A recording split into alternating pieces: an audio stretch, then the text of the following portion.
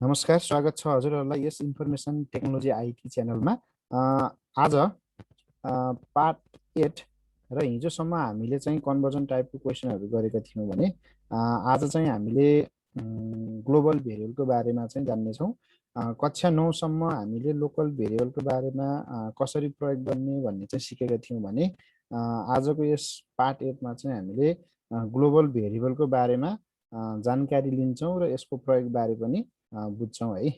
अब हामीसँग global variable हुन्छ है। ग्लोबल भेरिएबलमा जानुभन्दा पहिला हामी लोकल भेरिएबलको बारेमा थोरै डिस्कस गर्छौँ। लोकल भेरिएबल भनेको जस्तै मैले a = 5 लेख्यो भने यो नर्मल्ली के हुन्छ भन्दाखेरि यो चाहिँ लोकल भेरिएबल हुन्छ है।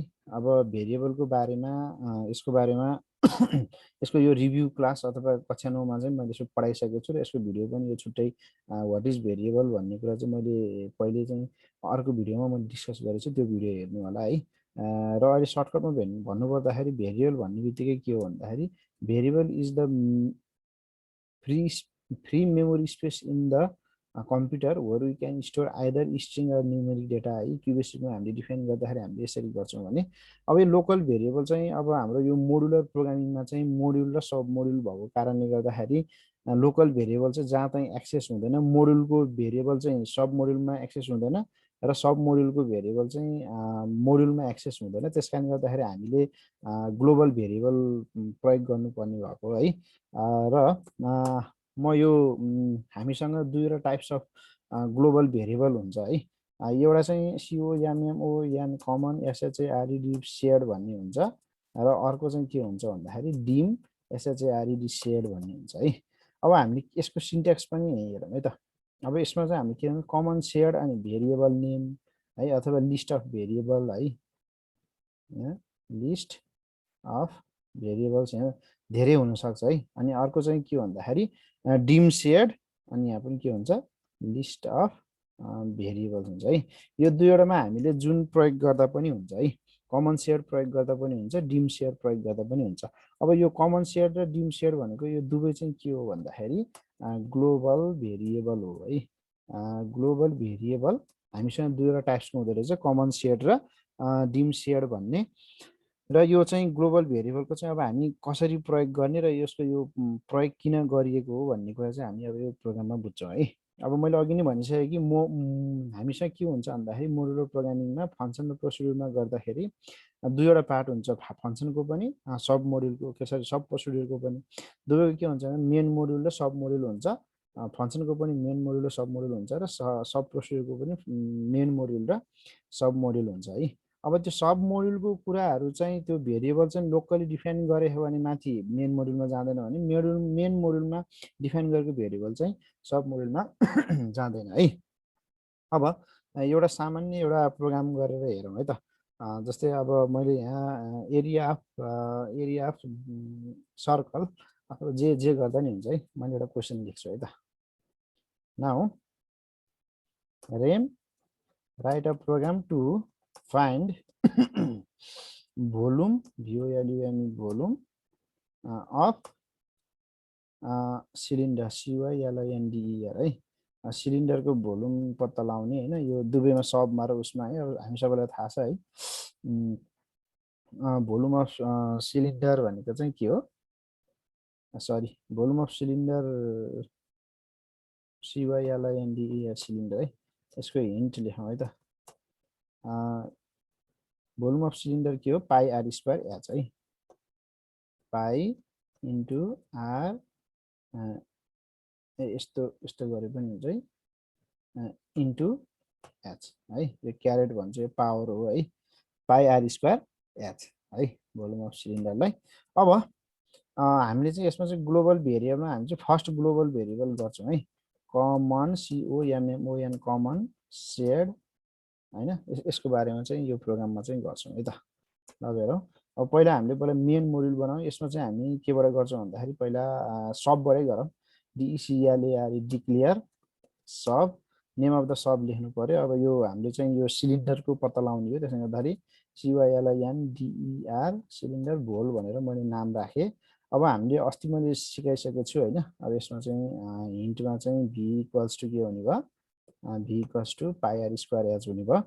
अब हाम्रो राइट साइडमा के छ भन्दा पाई भनेको चाहिँ कन्स्ट्यान्ट हो भने आर र एच भनेको चाहिँ हाम्रो के हो भेरिएबल हो, 2 भनेको चाहिँ नम्बर हो। त्यसैले गर्दा हामीले यसमा चाहिँ आर र एचलाई चाहिँ हामीले के गर्नुपर्ने हुन्छ, यसलाई चाहिँ हामीले एज अ प्यारामिटरको रूपमा चाहिँ राख्नुपर्ने हुन्छ सिएलएस। अब हामीले यसमा चाहिँ सपोज अस्ति चाहिँ हामीले के गरेको थियौँ भन्दाखेरि पाईलाई चाहिँ हामीले तल राखेर डाइरेक्ट चाहिँ सब मोडुलमा राखेर काम गर्थ्यौँ भने आज हामीले चाहिँ यहीँबाट काम गर्छौँ है। Pi equals to 22/7। यतिखेर पाई भनेको चाहिँ हामीले त कमन सेड पनि डिक्लेयर डिफाइन गरेको छैन, लिमिट सेड पनि डिफाइन गरेको छैन। त्यसले गर्दाखेरि पाई भनेको लोकल भेरिएबल हो है। पहिला हामी लोकल भेरिएबल हेर्छौँ अनि त्यसपछि यसलाई हामीले उस भेरिएबल लान्छौँ, ग्लोबल भेरिएबललाई लिएर जान्छौँ है त।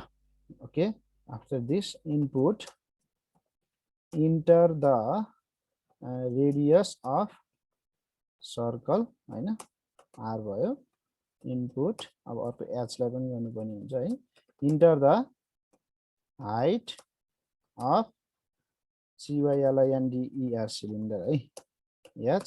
अब यस पछाडि के गर्नु पर्यो, कल गर्नु पर्यो CYLINDER, त्यसको नाम जे छ त्यस्तै गरेर हाम्रो नाम चाहिँ यहाँ कल गर्नुपर्ने हुन्छ है। यो रातो आकारमा यो सब मोडुल नछुट्याएर होइन। अब हाम्रो मेन मोडुल ठिक भयो कि भने हेर्नु पर्यो, डिक्लेयरदेखि इनसम्मको कल पनि आछ, इनपुट आछ। यो पाई भनेको यतिखेर हाम्रो चाहिँ लोकल भेरिएबल छ है।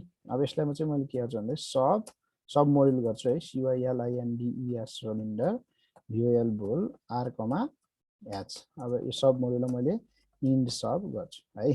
अब यो भित्रको प्रोसेस लेख्नुपर्ने हुन्छ, त्यो फर्मुला लेखिदिने direct v equals to PI pi into R को स्क्वायर इन्टु एच है। अब यसलाई हामी के गर्नु पर्यो, प्रिन्ट गर्नु पर्यो the volume of CYLINDER cylinder each भनेर के गर्नु पर्यो, भी गर्नु पर्यो है। अब यसमा चाहिँ मैले भनिसकेको छु यो हाम्रो पाई चाहिँ जस्तै हाम्रो यो मेन मोडुल चाहिँ डिक्लेयरदेखि इनसम्म भयो भने सबदेखि इनसम्मसम्म के भन्दाखेरि सब मोडुल भयो। अब यो पाई चाहिँ यहाँ माथि चाहिँ हाम्रो यो माथि यो मेन मोडुलको लागि मात्र यो पाई चाहिँ के भयो भन्दा यहाँ चाहिँ डिफाइन भएको छ। यतिखेर यो चाहिँ लोकल भेरिएबल हो भने यो सब मोडुलभित्र चाहिँ आउँदैन। एकचोटि यो हेरौँ है त, रनमा गएर F5 गरौँ है, sorry. Okay, executing the file है। ओके, अब यहाँ स्क्रिनमा देखिन सकिन्छ। Okay, enter the radius of the circle मैले 14 हाल्ने होइन। अब उस चाहिँ हाइट अफ द सिलिन्डर चाहिँ मैले 7 राखेँ है। अब इन्टर गरेँ। यसको the volume of cylinder is 0 आयो कि 0 किन आयो भन्दाखेरि अब यही कुरा चाहिँ हामीले आज बुझ्ने है। अब जस्तै यो माथि चाहिँ हाम्रो पाईलाई चाहिँ मैले अघि नै भनिसकेको थिएँ, हामीसँग यो सब प्रोसेसरमा दुईवटा पार्ट छ, एउटा चाहिँ मेन मोडुल पार्ट छ, अर्को चाहिँ सब मोडुल पार्ट छ है। अब मेन मोडुलमा चाहिँ हाम्रो यो पाई भन्ने चाहिँ यो पाई भन्ने चाहिँ यतिखेर चाहिँ लोकल भेरिएबल हो, यो जुन चाहिँ यहाँ हामीले लेखेको छौँ। यसलाई यो सब मोडुलमा जाँदाखेरि चाहिँ के हुँदैन भन्दाखेरि यो पाईलाई चाहिँ यो सब मोडुलभित्र चिन्दैन कि। त्यसकारणले गर्दाखेरि यो मेन मोडुलको पाईलाई सब मोडुलमा चिनाउनको लागि हामीले के गर्नुपर्छ भन्दाखेरि यो माथिको पाईलाई चाहिँ के गर्नुपर्छ, हामीले ग्लोबल भेरिएबल बनाउनु पर्छ है। अब यो मुनि नचिनिसके पछाडि यो पाईको भ्यालु के हुन्छ, 0 हुन्छ। 0 भइसक्यो, 0 into R into 0 into something भनेको के आउँछ, त्यो 0 आउँछ।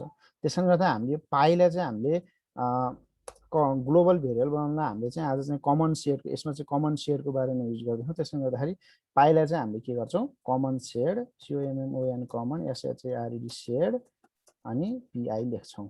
अब यहाँ माथि भेरिएबल लेखेपछि मुनि आएर यसलाई डिफाइन गर्नुपर्ने हुन्छ है।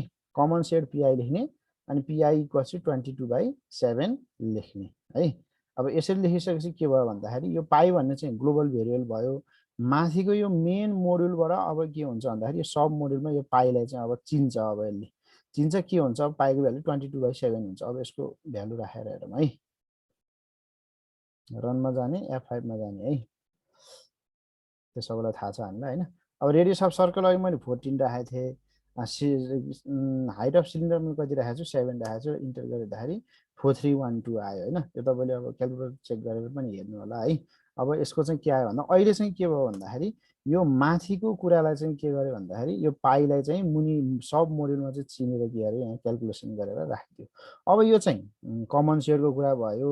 कमन सेड र डिम सेडमा यसको प्रयोग गर्ने तरिका खासै फरक छैन। यो अगाडि यो कमनको ठाउँमा हामीले चाहिँ के गर्ने हो भन्दाखेरि अब मैले यो दोस्रोमा चाहिँ